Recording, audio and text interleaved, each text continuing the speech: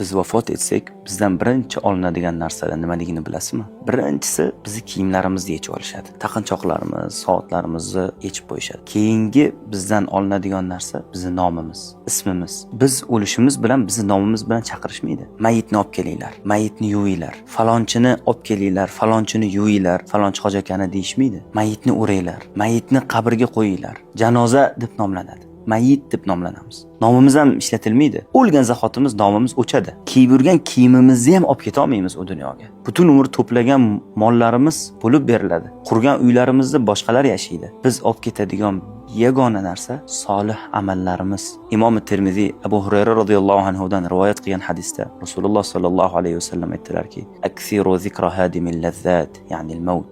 Lazzatlarni yo'q qiluvchi narsani ko'proq eslanglar, ya'ni o'limni ko'proq eslanglar dedilar. Alloh subhanahu va taolo aytadiki: "Estaizu billah, kullu nafsin za'iqatul maut, thumma ilayna turja'un." Har bir jon o'limni totajakdir, so'ngra bizgagina qaytarilasizlar.